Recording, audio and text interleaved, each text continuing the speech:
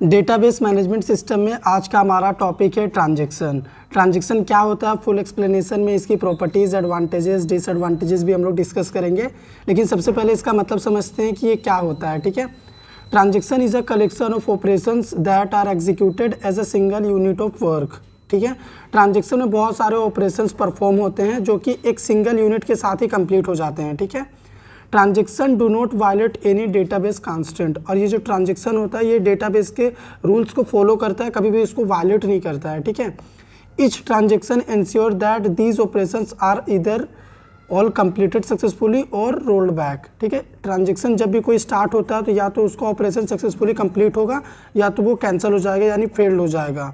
ठीक है, तो ट्रांजैक्शन में जो बहुत सारे कलेक्शंस ऑफ ऑपरेशन होते हैं जो कि एक ही बार में हमें लगता है कि हो गया कंप्लीट, वो ऑपरेशंस होते हैं कि कभी कभी ट्रांजैक्शन हमारा इनिशिएट जब होता है तो इनिशिएट स्टेट में होता है, फिर पेंडिंग में जाता है या फिर कैंसिल होता है, फेल्ड होता है, सक्सेस होता है। तो ये सभी कलेक्शंस ऑफ ऑपरेशन होते हैं ट्रांजैक्शन के।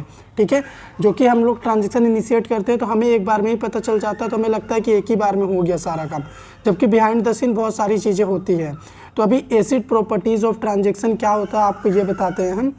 Transaction is a very small unit of program. ठीक है, एंड इट में contain several low level task. Transaction एक बहुत छोटा सा यूनिट होता है प्रोग्राम का, लेकिन बहुत सारे लो लेवल टास्क इसमें परफॉर्म होते हैं बिहाइंड द सीन। ठीक है, in DBMS transactions are defined 4 keys property called ACID properties. ट्रांजैक्शन के 4 प्रॉपर्टीज़ होते हैं। जब भी कोई ट्रांजैक्शन इनिशिएट होता है तो उन प्रॉपर्टीज़ को कहते हैं एसिड प्रॉपर्टी। तो A4 क्या हो गया, एटोमिसिटी। इसका मतलब क्या हुआ, a transaction must be completed entirely और नॉट। या तो ट्रांजैक्शन पूरा कंप्लीट होगा या तो नहीं होगा। If any part of transaction fails the entire is rolled back. अगर ट्रांजैक्शन कहीं पे भी फेल हुआ तो आगे का काम भी वहीं पे रुक जाएगा। ठीक है, एग्जाम्पल, अगर मान लो आप किसी को मनी ट्रांसफ़र कर रहे हैं अपने बैंक से। ठीक है, if money is debited from the account but can not be credited to other account the entire transaction should be failed और कैंसल्ड। आपने किसी को मनी ट्रांसफ़र करा, आपके अकाउंट से पैसा कट गया लेकिन उसके पास रिसीव नहीं हुआ, तो इस स्टेट में क्या होता है, ट्रांजेक्शन फेल हो जाता है या फिर कैंसिल कर दिया जाता है। ठीक है, और वापस से आपका मनी आपके अकाउंट में आ जाता है। C स्टैंड फॉर कंसिस्टेंसी होता है। इसका मतलब क्या हुआ, ensure that a transaction brings the database from one consistent state to another, maintaining all predefined rules and constraints. इसका मतलब क्या हुआ कि जो भी डेटाबेस के रूल्स हैं या फिर डेटाबेस के साथ जो भी कम्युनिकेशन वो कंसिस्टेंट स्टेट में रहना चाहिए। ठीक है, प्रॉपर। एग्जांपल देखो, if there is a constraint that account balance can not be negative, a transaction should never violate this rule.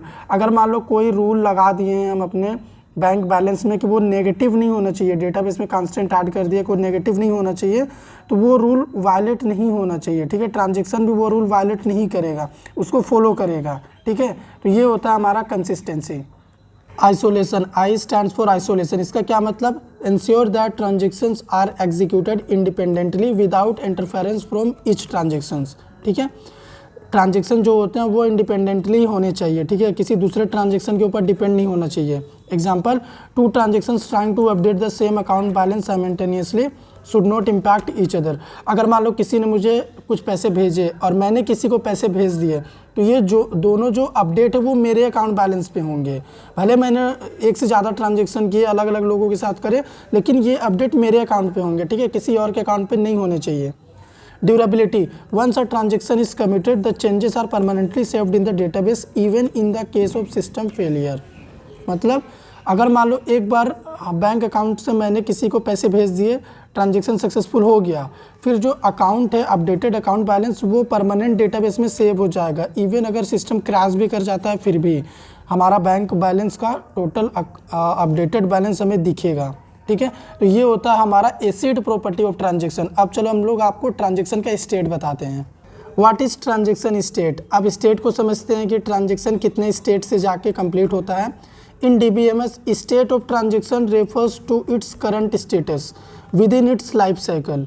Transaction go through several states from the moment they start until they either complete successfully और terminated. जब भी कोई transaction start होता है तो वो बहुत सारे स्टेट से गुजरता है।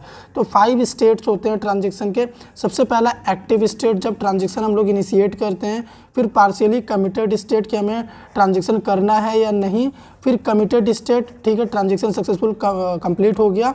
और अगर मान लो नहीं हुआ तो फेल स्टेट, अगर मान लो हमें कैंसिल करना है, ना ही कमिट करना है, ना ही फेल होना चाहिए, हमें बस रोक देना है वहीं पे, अबॉर्ट स्टेट।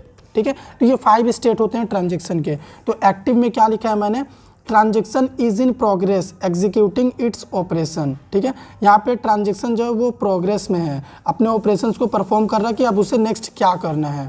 ठीक है, partially committed, transaction has completed its final step and is ready to commit changes. Partially state में क्या होता है कि ट्रांजेक्शन अब रेडी है कंप्लीट होने के लिए। ठीक है, पार्शियली जितने भी काम थे वो कंप्लीट हो चुके हैं, अब अभी इस स्टेट में जाने के लिए वो रेडी है। इसमें क्या होता है कमिटेड में, transaction has successfully saved changes to the database permanently. यहाँ पे इसका मतलब ये होगा कि ट्रांजेक्शन कंप्लीट हो गया है सक्सेसफुली। ठीक है, और वो डेटाबेस में सेव भी हो गया है। फील्ड में क्या है, an error has occurred and the transaction can not continue. कोई एरर आ गया, अब ट्रांजेक्शन हम लोग कंटिन्यू नहीं कर पा रहे हैं, कुछ सर्वर इशू की वजह से या फिर कुछ भी सिस्टम फेलियर की वजह से, तो वो फेल्ड हो गया। ठीक है, अबॉर्टेड में क्या होता है कि transaction has been rolled back and all changes undone, it may be terminated और रीस्टार्टेड।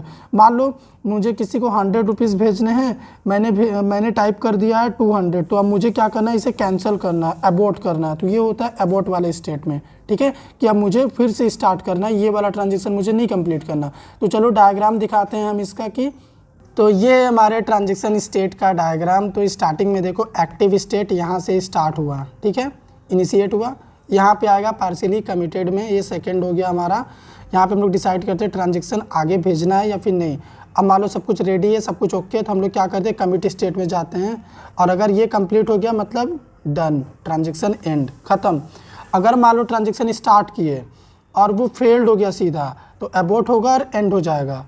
फिर क्या होता है, अगर मान लो ट्रांजेक्शन स्टार्ट किया, पार्शियली स्टेट में गए, यहाँ पे सारी चीज़ें हम लोग देख लिए, अब ट्रांजेक्शन फेल हो रहा है, तो वो फेल स्टेट में इधर से भी आ सकता है, हम लोग इधर ना जाके इधर भी आ सकते हैं। ठीक है, फिर अबॉर्ट होगा और एंड हो जाएगा। तो ये हो गया हमारा ट्रांजेक्शन स्टेट का डायग्राम। उम्मीद करते हैं आपको आर्किटेक्चर समझ में आया होगा। अगर आपको ये कंप्लीट वीडियो पसंद आया हो तो वीडियो को लाइक करिएगा, शेयर करिएगा, चैनल पर नए हैं सब्सक्राइब करिएगा।